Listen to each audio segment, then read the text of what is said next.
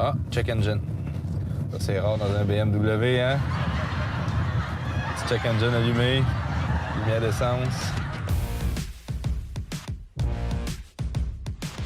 Tous les constructeurs ont leur moment de gloire. Les Américains ont eu les années 60, les Japonais les années 80, et on pourrait même dire que l'époque dans laquelle nous vivons aujourd'hui est celle des Sud-Coréens.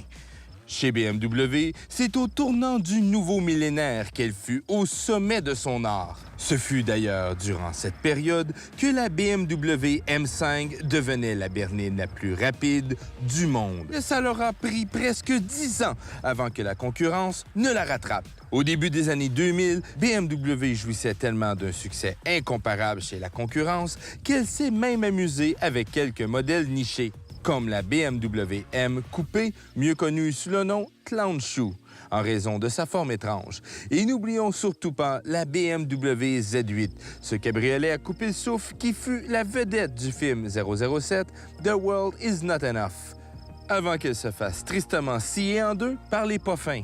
Il y a 20 ans, BMW gagnait presque tous les paris. Son investissement le plus osé est sans aucun doute la réincarnation de la marque Mini, suivant l'achat du constructeur britannique Rover.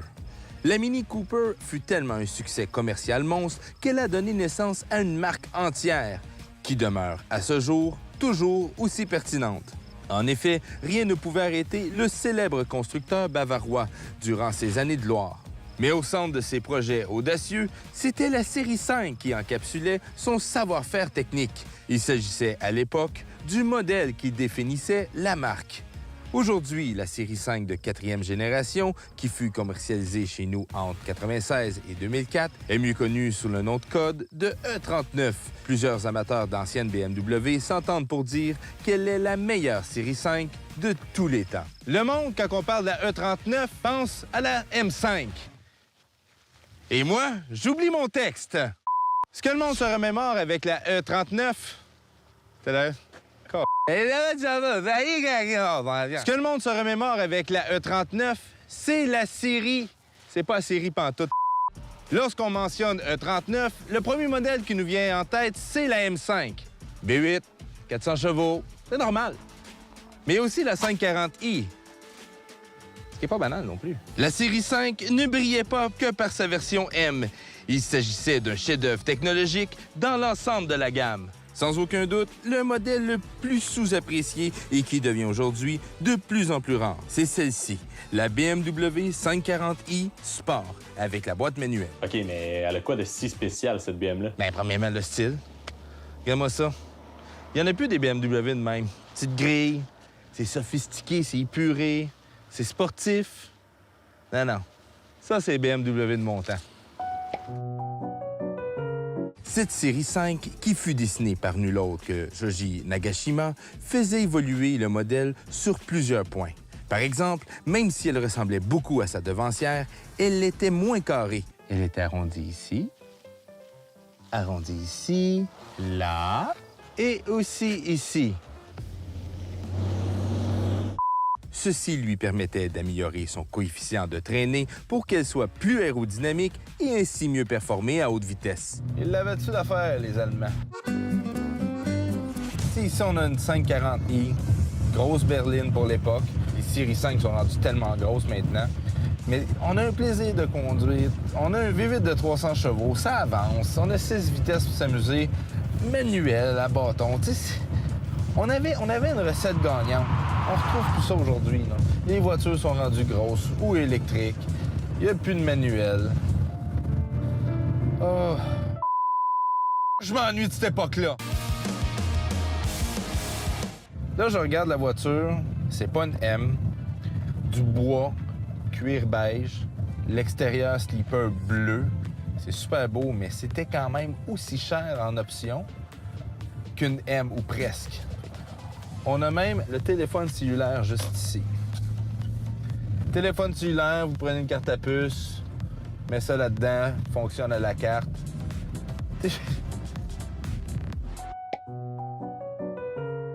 Il y a plein de compartiments, on va s'amuser. Et voilà, la radio-cassette qui est cachée par la bordure de bois. On a ici une petite place de rangement pour mettre du change. Ah!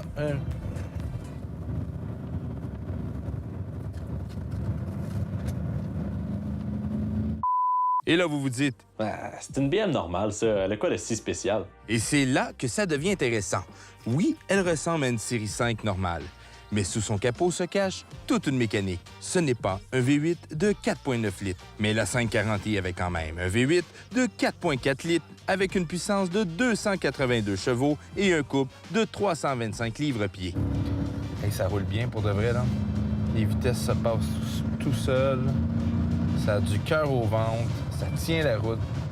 Tu vois que la voiture est encore solide. Bon, le propriétaire a mis un peu d'argent là, pour l'entretien, mais il n'a pas modifié rien, là.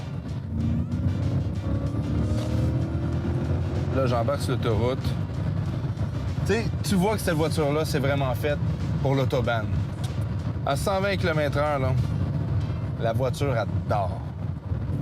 Qu'on a un goût de faire de vitesse puis qu'on est limité. Longtemps, il n'y a pas une 4 portes qui pouvait être aussi puissante et rapide qu'une série 5. Il y a vraiment un poids dans le volant. Je m'ennuie des cerveaux direction hydraulique. J'ai vraiment l'impression que la voiture a été construite hier. J'ai pas l'impression de conduire une vieille voiture. Ce que j'aime de cette voiture-là, comparativement au BM d'aujourd'hui, 2 logos M.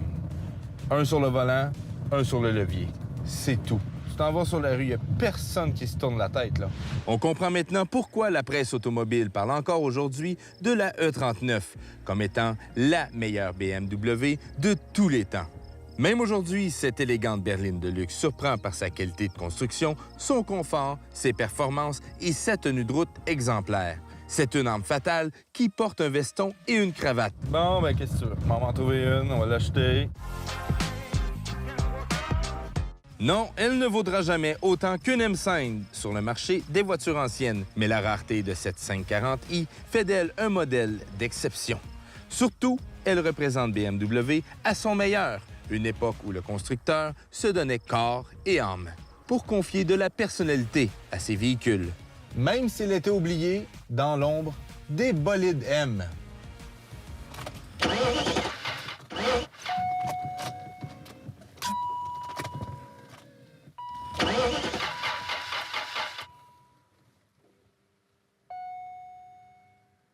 Bon, appelle le propriétaire, dit que sa BM est encore cassée.